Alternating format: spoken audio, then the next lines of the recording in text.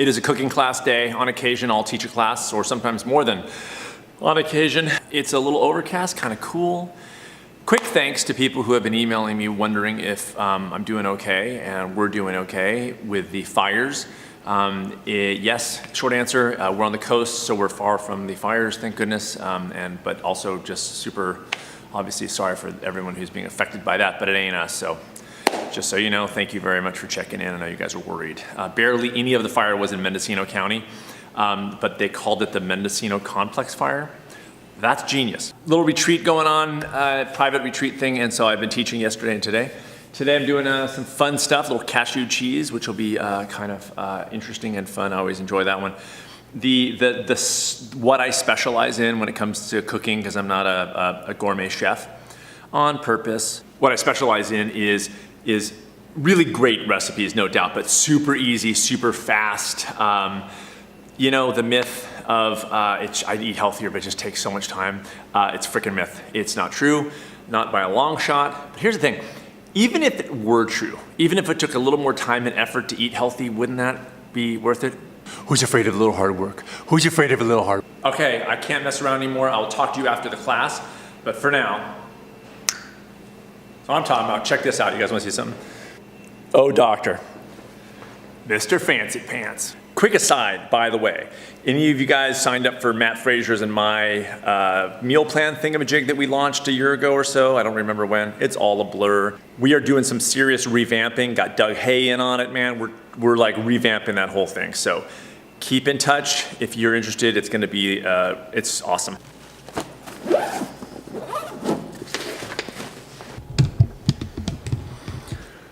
Done and done, fun class.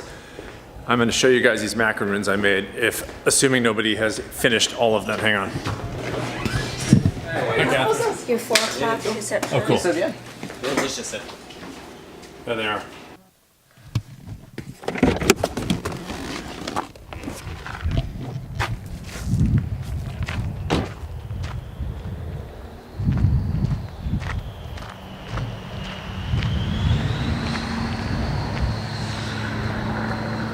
Hi, Bub. How are you? Huh? How you doing? You want a cookie? Do you want a cookie? Here.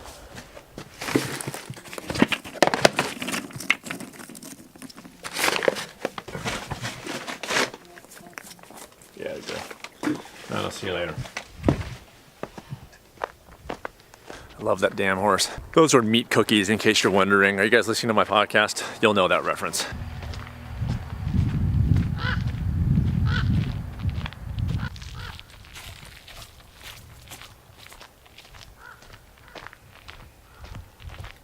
For the first couple of years that we lived out here, I would mow these fields. I had a riding mower.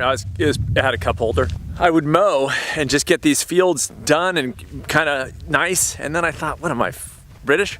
In the new podcast, I will delve into news, things that are happening in the world, and give my thoughts on that, my 2 cents.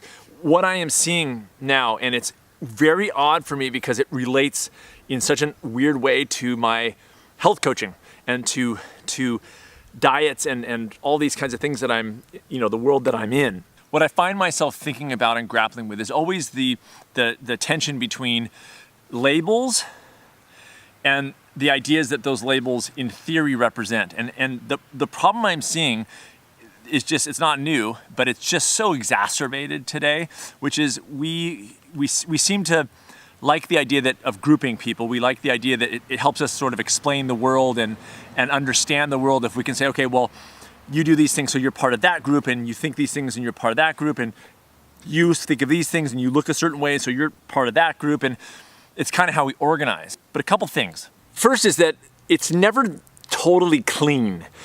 Even when it comes down to ideas, especially in the political realm, like Democrat, Republican, in the US anyway, rare is it that you find somebody 100% Republican, like they have the exact same ideas as every other self-proclaimed Republican and so forth with Democrats too.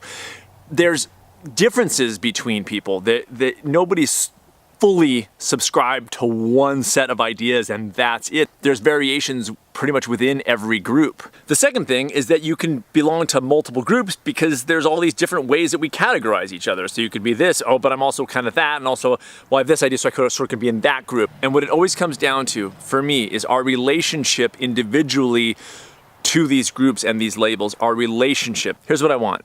Each person's understanding of his or her self individually to be way, way above their idea of themselves as part of a group. First and foremost, you're an individual.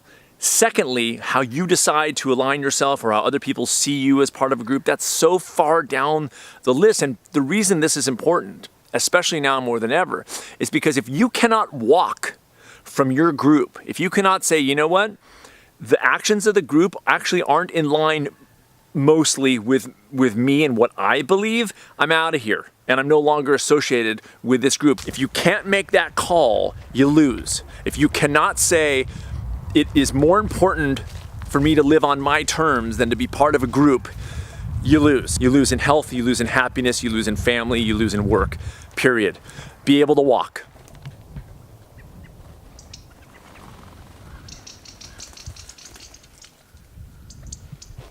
Why they're so afraid of me, what I do to them.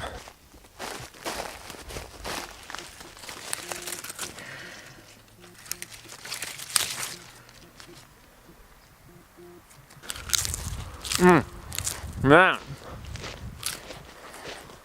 It really is hard to eat healthy. All this stuff, this whole group identity thing, religion, politics, diets, almost every arena. We are too much defining ourselves by the groups that we're in.